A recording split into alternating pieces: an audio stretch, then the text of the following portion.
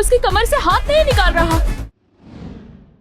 গল্পটা শুরু হয় প্রবীণ আর তার পরিবারকে দিয়ে। প্রবীণ ক্লাস 10-এর এক্সাম দিয়ে কোনো চিন্তা ছাড়াই কাঁথামুড়ি দিয়ে ঘুমালেও মা সরোজার যত চিন্তা তার ছেলের রেজাল্ট নিয়ে। ছেলে যেন পাশ করে এজন্য সারাক্ষণ পূজা অর্চনা করে। শুধু তাই না, প্রবীণের পুরো স্কুল জীবনই মা সরোজা শুধু পুজো করেই কাটিয়েছে, যেন তার ছেলে পড়াশোনা ভালোভাবে করে। অন্যদিকে বাবা অন্নিকৃষ্ণা প্রবীণের ব্যাপারে পুরোই উল্টো। সে জানে তার ছেলে কেমন, তাই মাথায় তুলে নাচে না। শুধু তাই না, অন্নিকৃষ্ণা মনে করে তার ছেলের কারণে আজকাল তার বউ তাকে আর পাত্তাই দেয় না। আর তাই তো প্রবীণ তার চোখে একটু বেখাপ্পা হয়েই দাঁড়িয়ে আছে। অন্নিকৃষ্ণার নিজস্ব বেকারির ব্যবসা আছে, যেটা সে নিজেই দেখে। মা ছেলেকে নিয়ে সারাক্ষণ পড়ে থাকায় অন্নিকৃষ্ণাও তার না হওয়া প্রেমের কাহিনী ভুলভাল ইংরেজিতে শুনিয়ে রিভেঞ্জ নেয়। আর এটা অনেক দিন ধরেই চলে আসছে। রেজাল্টের দিন মা ভিড় ঠেলে রেজাল্ট শিট নিতে কম্পিউটারের দোকানে আসলেও প্রবীণ কোনো টেনশন ছাড়াই বাইরে বসে আইসক্রিম খায়। মা রেজাল্ট শিট হাতে পেয়েই ভয়ে ভয়ে সব সাবজেক্টের নম্বর চেক করে দেখে সব সাবজেক্টে 35-36 করে পেয়ে পাশ করেছে। এই তো দেখেই মা চিৎকার করে ওঠে। এতে সবাই ভেবে নেয় বোধহয় টপ করেছে।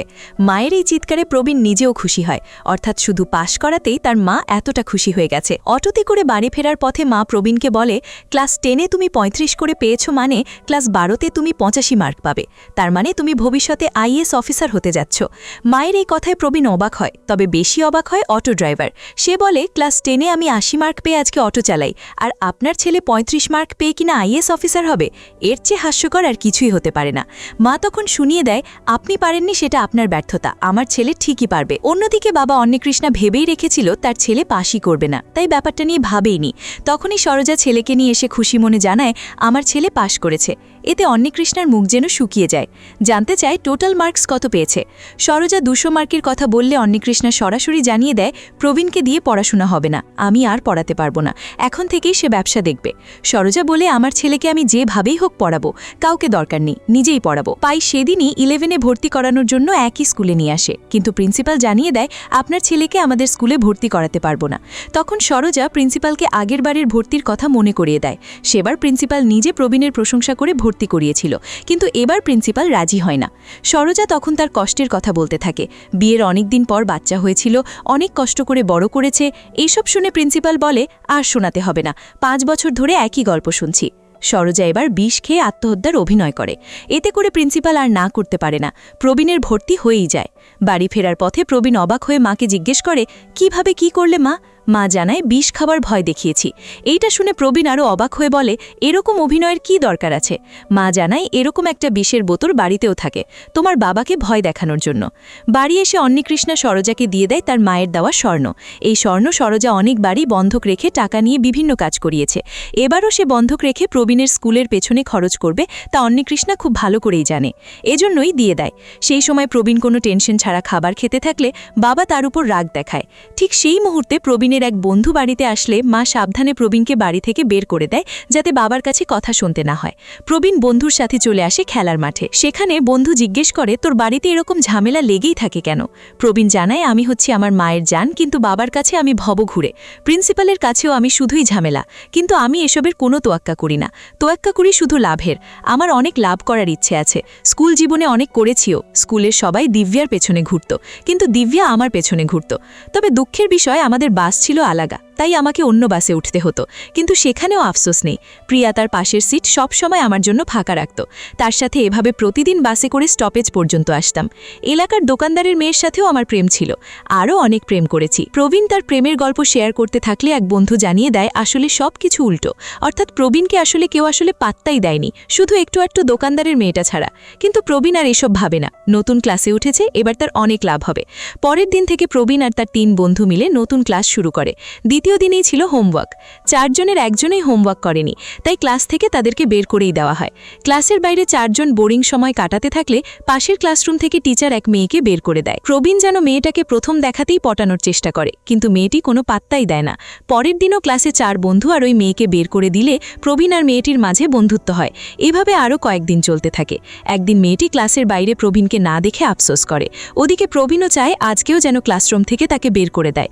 এজন্য নিজে থেকে একটা অপরাধ করে বসে, তারপর বাইরে এসে আড্ডা দেয়। কিন্তু বন্ধুরা যেতে চায় ক্যান্টিনে খেতে। প্রবীণ মেয়েটিকেও যেতে বললে মেয়েটি জানায় টিচার বকা দেবে, তাই প্রবীণকে বন্ধুদের সাথে ক্যান্টিনে আসতে হয়। সেখানে এসে মেয়েটিকে মিস করতে থাকলে একটু পরেই মেয়েটিও চলে আসে। তার অর্ডার করা খাবার মেয়েটিকে দেয়।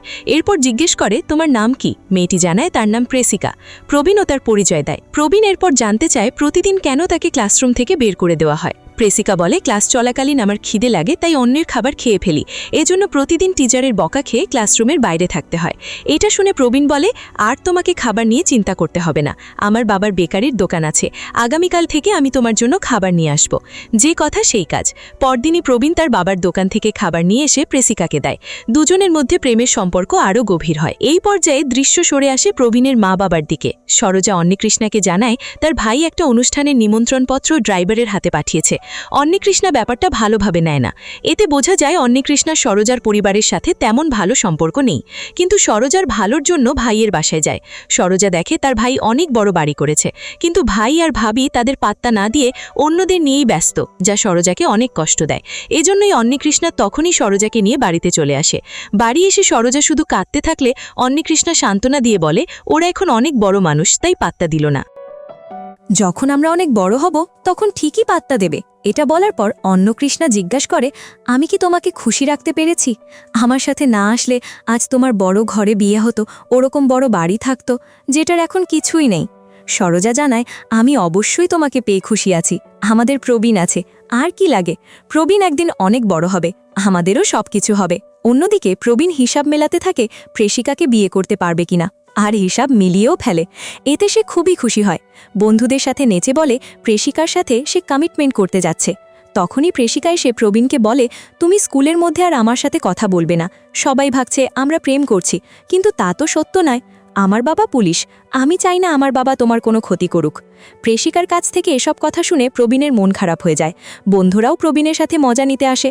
প্রেসিকাকে একজন কলেজ পড়ুয়া ছেলে পছন্দ করে। সে বন্ধুদের নিয়ে প্রেসিকার সাথে কথা বলতে আসলে প্রবীণের বন্ধুরা বলে ওই দেখ প্রেসিকার বয়ফ্রেন্ড।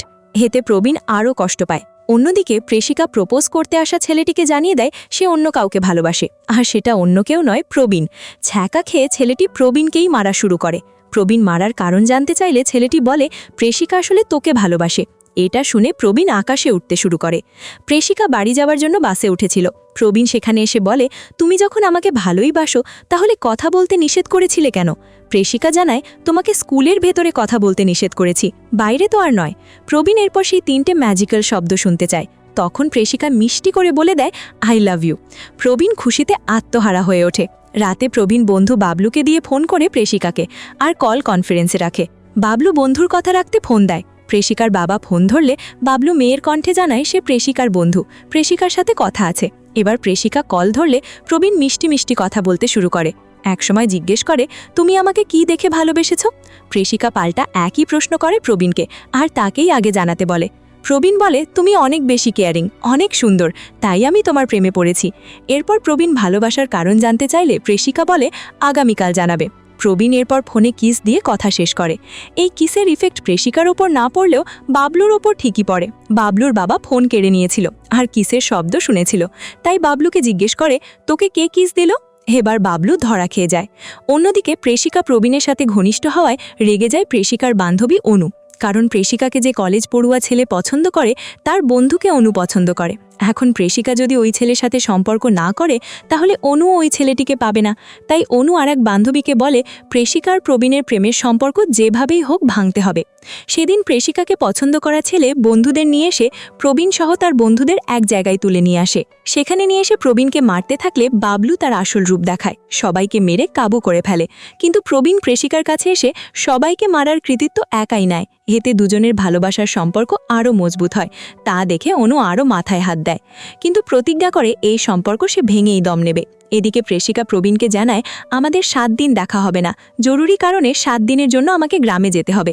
প্রবীণ বলে সামনে আমাদের বার্ষিক অনুষ্ঠান, তুমি থাকলে খুশি হতাম। যাই হোক, আজকে কিন্তু তোমার জানানোর কথা ছিল আমাকে তুমি কি দেখে ভালোবেসেছিলে। প্রেসিকা জানায় তোমার হাসি দেখে। এতে প্রবীণ খুশি হয়, সুন্দর একটা হাসি দিয়ে প্রেসিকাকে বিদায় জানায়। পরের দিন প্রেসিকাকে ফেসবুকে নক করতে প্রবীণ বন্ধুদের নিয়ে একটা ক্যাফেতে আসে। প্রেষিকাকে অনেক মেসেজ করলেও প্রেষিকা কোনো রেসপন্স করে না। সেই সময় সোনাল নামের একজনের ফ্রেন্ড রিকোয়েস্ট আসলে প্রবীণ তা অ্যাকসেপ্ট করে। এরপর প্রোফাইলে ঢুকলে কোনো ছবি পায় না। তখনই সোনাল টেক্সট করে জানায়, আমি একজন মেয়ে, তোমাদের স্কুলেরই, তোমাকে অনেক দিন থেকেই ফলো করি, তোমাকে আমার ভালো লাগে, কিন্তু বলতে পারিনি। এসব টেক্সট পেয়ে প্রবীণ মহা খুশি হয়, কিন্তু বন্ধুরা বলে এটা ফেকও হতে পারে। প্রবীণ টেক্সটে জানায়, তাহলে আগামীকাল দুপুর 12:30টায় আমার সাথে দেখা করো। টেক্সটের রিপ্লাইয়ের জন্য প্রবীণ অপেক্ষা করতে থাকলে বন্ধুরা ইউটিউব দেখা শুরু করে দেয়। এতে ক্যাফে ওনার এসে তাদের বের করে দেয়। প্রবীণের আর রিপ্লাই দেখা হয় না। পরের দিন প্রবীণ ঠিক সময় মতো অপেক্ষা করতে থাকলে বন্ধুরা বলে ওটা ফেক আইডি, আসবে না। তখনই সোনাল ক্যান্টিনে এসে প্রবীণকে ডাক দেয়। সোনালকে দেখে প্রবীণ একদম হতবাক হয়ে যায়। এত সুন্দর মেয়ে সে আগে কখনো দেখেনি। সোনাল জানায়, তোমার ফেসবুক প্রোফাইল আমার দারুণ লাগে, আমি তোমাকে ভালোবাসি, আই লাভ ইউ। এসব বলে সোনাল চলে গেলে প্রবীণ আরও একবার উঠতে থাকে। বাড়ি এসে খুশিতে নাচানাচি শুরু করে দেয়। স্কুলে সোনালের সাথে মুহূর্ত শেয়ার করতে থাকে। একদিন প্রবীণ বার্ষিক অনুষ্ঠানের জন্য সোনালের পছন্দের গানের রিহার্সাল করতে থাকলে এক বন্ধু এসে বলে, তুই তো প্রিসিকাকে ভালোবাসিস, প্রিসিকা 7 দিনের জন্য বাড়ি গেছে, এই সুযোগে কিনা তুই সোনালকে নিয়ে পড়ে আছিস, তুই আসলে একটা প্লে বয়। প্রবীণের কথাগুলো অহংকারে লাগে। শুরু হয় দুজনের মারামারি। এক পর্যায়ে ক্লান্ত হয়ে প্রবীণ বলে, এতদিন আমি শুধু মেয়েদের পেছনে ঘুরেছি, এখন মেয়েরা আমার পেছনে ঘুরছে, ব্যাপারটা এনজয় করছি। আমি শুধু প্রিসিকাকেই ভালোবাসি, সোনালকে না করে দেব, কিন্তু সময় লাগবে। এর মধ্যেই চলে আসে বার্ষিক অনুষ্ঠানের দিন। প্রবীণ বন্ধুদের নিয়ে সোনালের পছন্দের গানেই নাচে। প্রোগ্রাম শেষে প্রবীণ লক্ষ্য করে প্রিসিকাও এসেছে। প্রিসিকা দূর থেকে কিস দিলে প্রবীণ প্রিসিকার কাছে যায়, তাকে এখানে দেখে সে খুশিও হয়। প্রিসিকাও জানায়, তোমার ডান্স দেখার জন্য আগেই চলে এসেছি। সেই সময় সোনাল সেখানে এসে প্রবীণকে ডাক দেয়। প্রবীণ সোনালকে প্রিসিকার সামনে বন্ধু হিসেবে কথা বলার অনুমতি চাইলে প্রিসিকা বলে, কোনো অনুমতি নিতে হবে না, তুমি তোমার বন্ধুর সাথে কথা বলতেই পারো। প্রবীণ সোনালের কাছে আসলে সোনাল বলে, তুমি আজ আমার পছন্দের গানে নেচেছ, এজন্য তোমাকে ধন্যবাদ। দুজন হাত ধরে আলাপ করতে থাকলে প্রিসিকার সামনে অনু এসে খোঁচা মেরে বলে, বন্ধুরা কি এভাবে হাত ধরে কথা বলে? তুমি তো এখন সাইড হয়ে গেছো, সামনে শুধু তাদের হাত ধরে ঘুরতেই দেখবে। এভাবেই প্রিসিকার মনে সন্দেহ ঢুকিয়ে দেয়। পরের দিন প্রবীণ ক্লাসরুমে বাড়ি থেকে নিয়ে আসা খাবার খেতে থাকলে সোনাল এসে সেই খাবার খেতে চায়। প্রবীণ জানায়, খেতে পারো, কোনো সমস্যা নেই। সোনাল দেখিয়ে দেয় তার হাতের রং, তাই তুলে খাইয়ে দিতে বলে। প্রবীণ না করতে পারে না, সোনালকে তুলে খাইয়ে দেয়, যা অনু দেখে প্রিসিকাকে জানায়। প্রিসিকা শুনে প্রবীণের কাছে এসে জিজ্ঞেস করে, তুমি কি তোমার ওই বন্ধুকে তুলে খাইয়েছ? প্রবীণ ভয়ে ভয়ে হ্যাঁ বলতে থাকে, সাথে কারণও জানাতে থাকে, কিন্তু প্রিসিকা চলে যেতে শুরু করে। তারপর আবার ফিরে এসে অনুর উদ্দেশ্যে বলে, শুধু অন্যের কথায় সন্দেহ করেছিলাম। তারপর প্রবীণকে বলে, যাই হোক, তুমি এখন আমাকে খাইয়ে দাও। প্রবীণ তখন তাকে নিজে হাতে খাইয়ে দেয়। তখন প্রিসিকা বলে, ওই মেয়ের সাথে আর কথা বলবে না। প্রবীণ জানায়, ঠিক আছে। বন্ধুরাও এরপর প্রবীণকে বলে, তোকে আজই জানাতে হবে যে তুই সোনালকে চাস না। প্রবীণ বলতে রাজি হয়, তাই একটা জায়গায় সোনালকে ডাক দেয়। তারপর অন্যদিকে মুখ করে বলে, আমি তোমার সাথে আর কথা বলবো না, তুমি আর আমার সাথে মিশতে আসবে না। সোনাল চোখের দিকে তাকিয়ে কথা বলতে বলে। সেইটা প্রবীণ করতে না পারলে সোনাল প্রবীণের ঠোঁটের একদম কাছে আসে, একদম কিস করার উপক্রম হয়। এমনভাবে কেউ কাছে টেনে আনলে কে আর না করতে পারে। তারপরও প্রবীণ বন্ধুদের চাপে না করতে থাকলে সোনাল প্রবীণকে জড়িয়ে ধরে।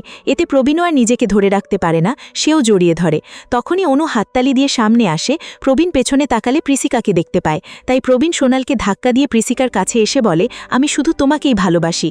কিন্তু প্রিসিকা প্রবীণকে প্লেবয় ডাকতে থাকে। তার বিশ্বাস ভেঙে ফেলেছে বলে অনেক কথাই শোনায়। এতে প্রবীণ রেগে গিয়ে বলে, সোনাল সবসময় আমার পেছনে ছিল, কিন্তু তবুও আমি শুধু তোমাকেই ভালোবেসেছি, কিন্তু তুমি তো বুঝলে না। ঠিক আছে, এবার আমি সোনালকেই বেছে নেব। এসব বলে সোনালের দিকে ফিরলে প্রবীণ দেখে সোনাল অনুর সাথে। আসলে অনু সোনালকে দিয়ে প্রবীণ আর প্রিসিকার সম্পর্ক ভাঙার জন্যই এই পরিকল্পনা করেছিল, আর সেটাই সে সফলও হয়। সোনাল আর অনু তখন প্রিসিকাকে প্রবীণকে চড় মারার জন্য উস্কে দিলে প্রিসিকা প্রবীণকে চড় মারে। রাস্তা দিয়ে সেই সময় প্রবীণের বাবা যাচ্ছিল।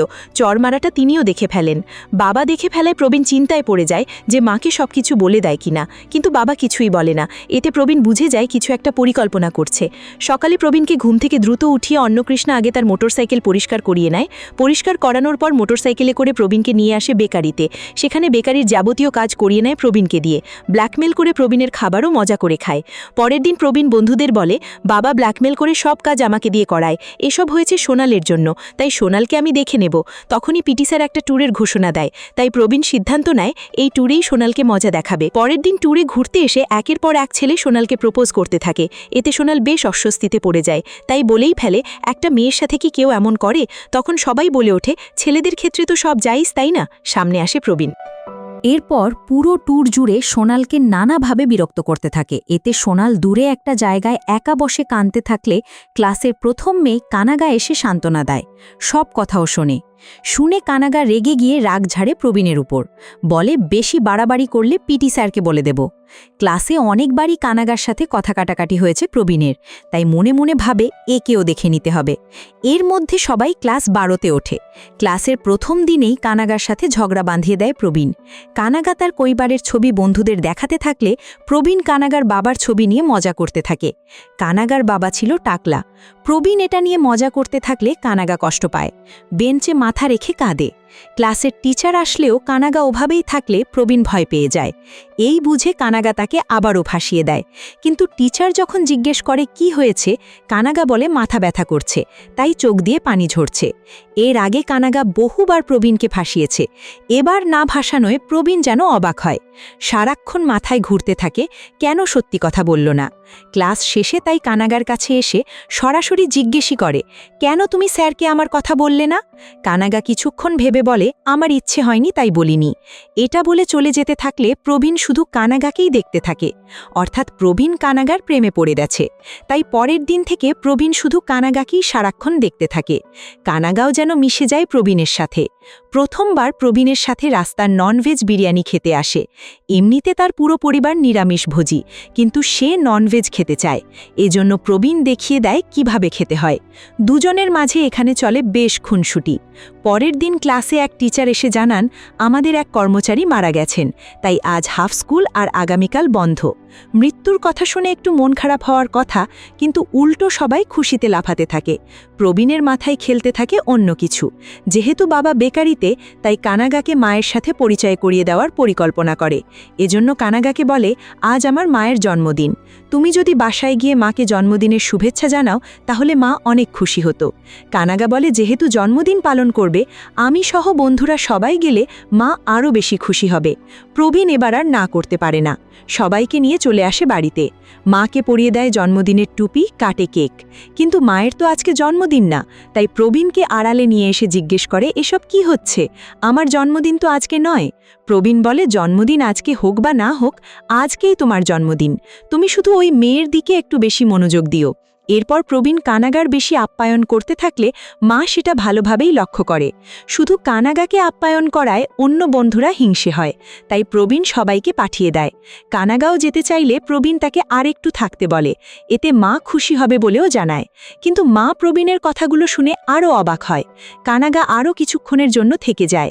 এর মধ্যে মা চা বানাতে গেলে কানাগা জানায়, বাড়িতে আমি চা বানাই, তাই এখানেও বানিয়ে আপনাদের দিই। এই কথা শুনে প্রবীণের মনে আনন্দের ঢেউ বয়ে যায়। মনে মনে কানাগাকে বউ হিসেবে মেনেও নেয়। এমনকি দেয়ালে টাঙানো পারিবারিক ছবিতে কানাগাকেও বসিয়ে দেয়। একটু পর বাড়ি আসে বাবা অন্নিকৃষ্ণা। এসে সরোজার জন্মদিন পালন দেখে অবাক হয়। সেই সময় কানাগা চা নিয়ে আসলে সরোজা জানায় এটা প্রবীণের বন্ধু, আরও অনেকে এসেছিল, তারা চলে গেছে। কিন্তু বাবা ঠিকই বুঝতে পারে কাহিনীটা কি, তাই প্রবীণকে ইশারায় আগের ঘটনার কথা মনে করিয়ে দেয়। অন্নিকৃষ্ণা আবার কানাগার চায়ের প্রশংসা করলে প্রবীণ ধরেই নেয় সদ মিটে গেছে। এরপর কানাগা চলে যেতে চাইলে সবাই খাওয়া দাওয়া করে যেতে বলে, কিন্তু কানাগা না থাকতে চাইলে অন্নিকৃষ্ণা প্রবীণকে বলে অটো পর্যন্ত এগিয়ে দিতে আসতে। প্রবীণ কানাগাকে নিয়ে হাঁটতে থাকলে কানাগা বলে, তোমার বাসায় আজকে যা এনজয় করেছি মনে হয়েছে যেন আমারই বাসা। প্রবীণ তখন কানাগাকে বলে, এটা তোমারই বাসা। কানাগা না বুঝলে প্রবীণ বলে, আমার বাসা মানেই তো বন্ধুর বাসা। কানাগা আবারও জিজ্ঞেস করে, তুমি কি আমাকে কিছু বলতে চাও? কানাগার এই কথায় প্রবীণের বুকের ভেতরটা দ্রুত ধুকপুক করতে থাকে, কি বলবে ভেবেই পায় না, তাই জানিয়ে দেয় সে কিছু বলতে চায় না। কানাগা অটোতে উঠলে প্রবীণ দৌড়ে এসে জিজ্ঞেস করে, তুমি কি কিছু বলতে চাও? কানাগা বলে, না তো। অটো যেতে থাকলে প্রবীণ মন খারাপ করে সেখানেই দাঁড়িয়ে থাকে। কিছু দূর গিয়ে কানাগা অটো থামিয়ে প্রবীণকে ধানুষার 3 মুভির স্টাইল দেখাতে বলে। প্রবীণ খুশি হয়ে সেই স্টাইল দেখালে কানাগাও খুশি হয়ে চলে যায়। এতে বোঝা যায় দুজনের মনের মিল হয়ে গেছে। এরপর স্কুলে প্রবীণ আর কানাগা শুধু একসাথেই চলাফেরা করে। একদিন মা প্রবীণকে জিজ্ঞেস করে, সেদিন যে মেয়ে এসেছিল তাকে কি তুই ভালোবাসিস? প্রবীণ জানায়, হ্যাঁ, অনেক ভালোবাসি। মায়ের মনে একটু সংশয় জাগে, তাই জিজ্ঞেস করে, আমার থেকেও বেশি? প্রবীণ বলে, এটা হয় নাকি, আমি তোমাদের দুজনকেই বেশি ভালোবাসি। প্রবীণের এই কথা সরোজাকে ভাবনায় ফেলে। তাই রাতে অন্নিকৃষ্ণাকে বলে, আমার ছেলেকে বিয়ে দিলে আমার থেকে ওই মেয়েকে বেশি ভালোবাসবে, মা হয়ে যাব পর। অন্নিকৃষ্ণা এটা শুনে বলে, আমিও তো মাকে ছেড়ে এখানে এসেছি। এমনই হয়, সরোজা যেন ছেলেকে এভাবে তার থেকে দূরে যেতে দেখে কষ্টই পায়। পরের দিন স্কুলে কানাগা প্রবীণকে জিজ্ঞেস করে, তুমি কি বার্ষিক অনুষ্ঠানে পারফরম্যান্স করবে? প্রবীণ জানায় হ্যাঁ। কানাগা সেখানে বলে দেয়, এখন থেকে যেটাই করবে সেটা আমার সাথে শেয়ার করবে। এদিকে প্রবীণ কিনা এখনো প্রোগ্রামের নামই দেয়নি।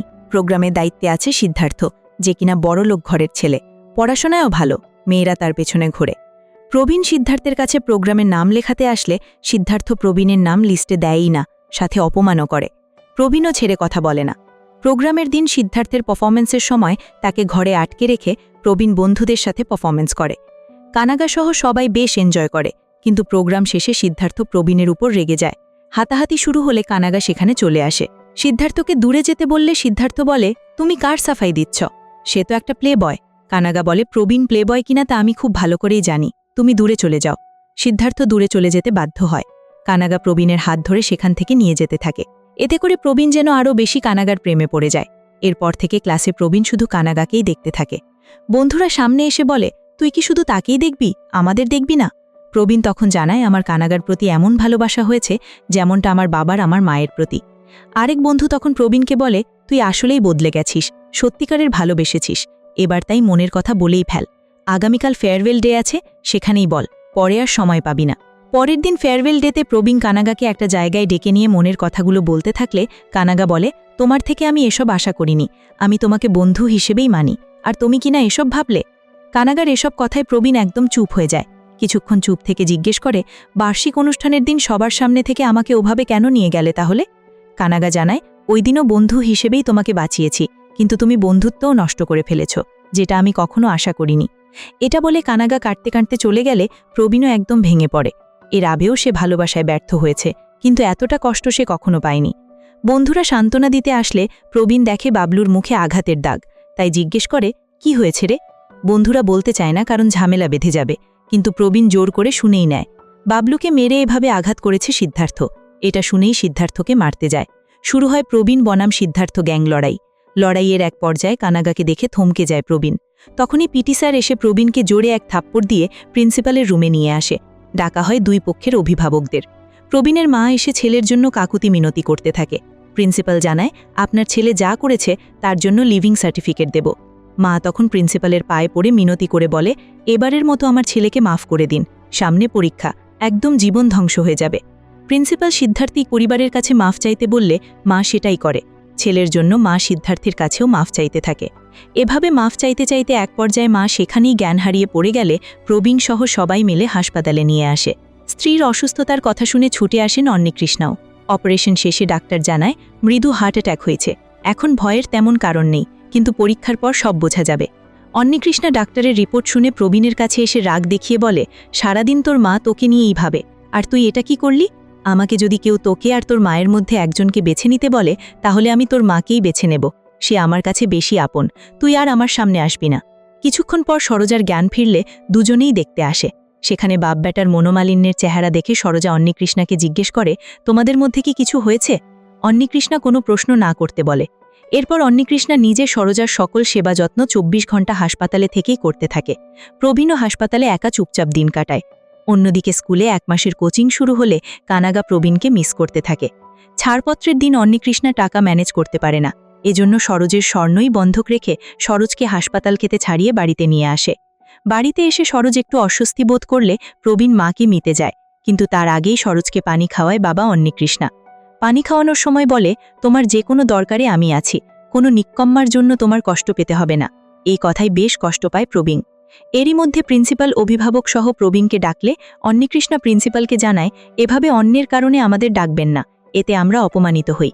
আপনি প্রবীণের ব্যাপারে যে সিদ্ধান্তই নেন সেটাতেই আমরা রাজি। প্রিন্সিপাল প্রবীণকে লিভিং সার্টিফিকেট না দিয়ে ক্লাসে পাঠায়। প্রবীণ ক্লাসে আসলে সবচেয়ে বেশি খুশি হয় কানাগা।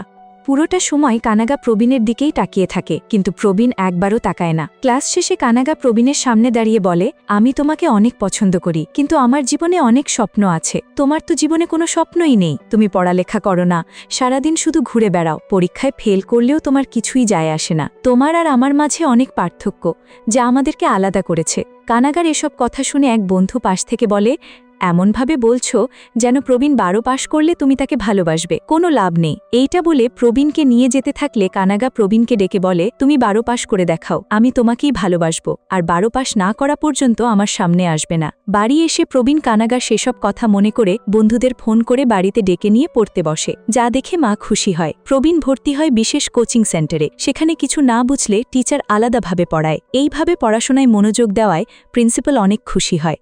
বাড়িতেও প্রবীণ পরীক্ষার আগ পর্যন্ত দিনরাত এক করে পড়তে থাকলে বাবাও খুশি হয়। প্রবেশপত্র নেওয়ার দিন প্রবীণের কানাগার সাথে দেখা হয়, কিন্তু কোনো কথা হয় না। এর মধ্যেই চলে আসে পরীক্ষার দিন। প্রবীণ মাকে বিদায় জানিয়ে পরীক্ষা দিতে বেরিয়ে পড়বে। এমন সময় মা অসুস্থ হয়ে পড়লে প্রবীণ পরীক্ষার হলে না গিয়ে মাকে নিয়ে হাসপাতালে আসে। অন্যদিকে বন্ধু, টিচার সবাই প্রবীণের জন্য চিন্তা করতে থাকে। এর মধ্যে হাসপাতালে আসে অন্নেকৃষ্ণাও। ডাক্তার চেক আপ করে জানায় গ্যাসের সমস্যা হয়েছিল, তেমন কিছু না। সরোজা তখন অন্নেকৃষ্ণাকে বলে, আজকে প্রবীণের বোর্ড পরীক্ষা, তুমি মোটরসাইকেলে করেই রেখে এসো। অন্নেকৃষ্ণা ছেলেকে মোটরসাইকেলের পেছনে বসিয়ে হলে নামিয়ে দেওয়ার সময় বেস্ট অফ লাকও জানায়।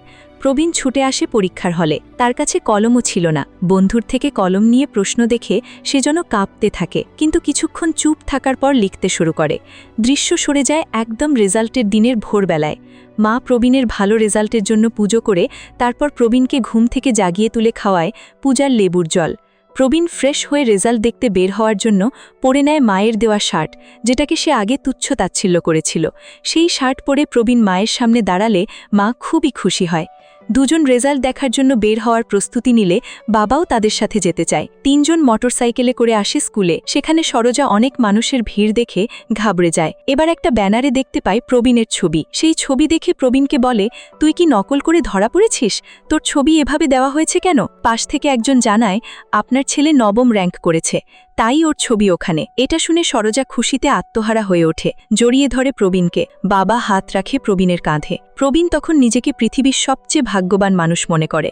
সবাই অভিনন্দন জানায় প্রবীণ আর তার মা বাবাকে। প্রবীণ বন্ধুদের কাছে আসলে বন্ধুরা প্রবীণকে নিয়ে গর্বিত অনুভব করে। সাথে জানায় কানাগা দাঁড়িয়ে আছে। প্রবীণ কানাগার কাছে আসলে কানাগা অনেক খুশি হয়ে বলে, তোমাকে নিয়ে অনেক গর্ব হচ্ছে, তুমি আমার জন্য নিজেকে এভাবে পরিবর্তন করবে তা কখনো ভাবিনি। কানাগা এরপর প্রবীণের হাত ধরে যখন ভালোবাসার কথা বলতে যাবে তখনই প্রবীণ কানাগাকে থামিয়ে দিয়ে জানায়, তোমার ভালোবাসা আমি গ্রহণ করতে পারবো না। এই পর্যায়ে দেখানো হয় একটা ফ্ল্যাশব্যাক। এক রাতে অন্নেকৃষ্ণা বাইরে থেকে পানীয় খেয়ে এসে প্রবীণের সাথে বসে। তারপর শোনায় না পাওয়া ভালোবাসার কথা। শুনিয়ে বলে, যদি সেই প্রেমিকা আমাকে ছেড়ে চলে যেত না তাহলে আমি সরোজাকে কখনো পেতাম না। কিছু ব্যাপার আসলে ভালোর জন্যই হয়। আমি পড়ালেখা করিনি, সারাদিন ভবঘুরে হয়েই চলাফেরা করি, তাই বাড়ি থেকে আমাকে বের করে দেওয়া হয়। সবাই আমাকে ছেড়ে চলে গেলেও সরোজা আমাকে ছেড়ে যায়নি।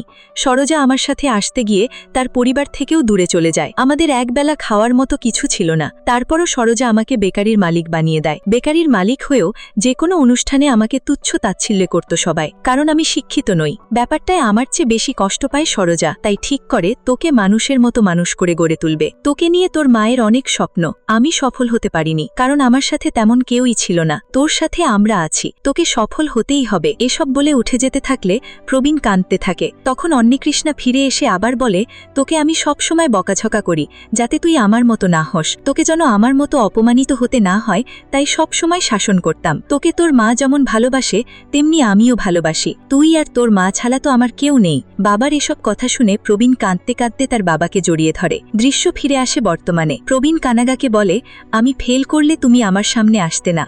কিন্তু মা বাবা 3 দিন রাগ দেখিয়ে অনেক কথা শোনাতো, তারপর কিন্তু বুকে ঠিকই আগলে রাখতো। তাই আমি তোমার ভালোবাসা গ্রহণ করতে পারবো না। আমার ভালোবাসা এখন শুধুই আমার মা বাবার জন্য। হ্যাঁ, তুমি আমার জীবনে পরিবর্তন এনেছো, এজন্য তোমার কাছে আমি অনেক কৃতজ্ঞ, কিন্তু তোমার থেকে আমাকে দূরে যেতেই হবে। তুমি ভালো থেকো, তোমার স্বপ্নগুলো তুমি পূরণ করো, বেস্ট অফ লাক। এটা বলে প্রবীণ চলে যেতে থাকলে কানাগা আবেগে ভেঙে পড়ে। এদিকে মা সরোজা ছেলে প্রবীণের পাশে দাঁড়িয়ে অন্নেকৃষ্ণাকে দিয়ে জীবনের সবচেয়ে গর্বের মুহূর্তটা ধরে রাখতে থাকলে তা দূর থেকে দেখে প্রবীণ আবেগপ্রবণ হয়ে যায়। মা বাবার কাছে এসে বলে, তোমরা একা ছবি তুলবে কেন? আসো 3 জন মিলে সেলফি তুলি। সেলফি তোলা শেষ হলে প্রবীণ মাকে নিয়ে যেতে চায়, কিন্তু মা প্রিন্সিপালের সাথে দেখা না করে যাবে না বলে জানায়, কারণ প্রিন্সিপাল তার ছেলেকে নিয়ে অনেক আজে বাজে কথা বলেছে। তখনই সেখানে প্রিন্সিপাল আসে, এসে বলে, প্রবীণ যেমন আপনার সন্তান তেমন আমারও সন্তান। এই স্কুলের 4000 স্টুডেন্টসই আমার সন্তান, তাদেরকে তো আমি বকাঝকা করতেই পারি, মা বলে কথা। প্রিন্সিপাল এরপর প্রবীণকে বড় অভিনন্দন জানায়। প্রবীণের পর দেখা করতে আসে প্রেষিকা প্রেমিকার সাথে সবকিছুর জন্য তাকে সরি জানায়। প্রেষিকা বলে কোনো ব্যাপার না এবং এমন রেজাল্ট করায় তাকে অভিনন্দন জানায়। এরপর সোনালের কাছে আসলে সোনাল আর অনু দূর থেকে প্রবীণকে সরি জানায়। প্রবীণও মাফ করে দেয়। বন্ধুদের মাঝে এসে দূর থেকে সিদ্ধার্থের সাথেও সব ঠিকঠাক করে নেয়। সবার সাথে দেখা করার পর প্রবীণ আরও একবার ভালো করে দেখে নেয় পুরো স্কুল ক্যাম্পাস।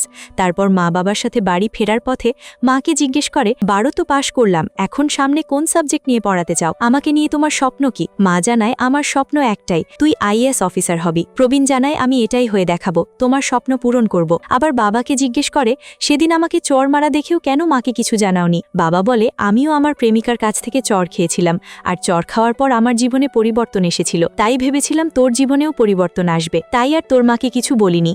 আর এই খুনসুটির মধ্যে দিয়ে শেষ হয় ইউথ মুভি। এই মুভিটা এই প্রজন্মের সকলের একবার হলেও দেখা উচিত।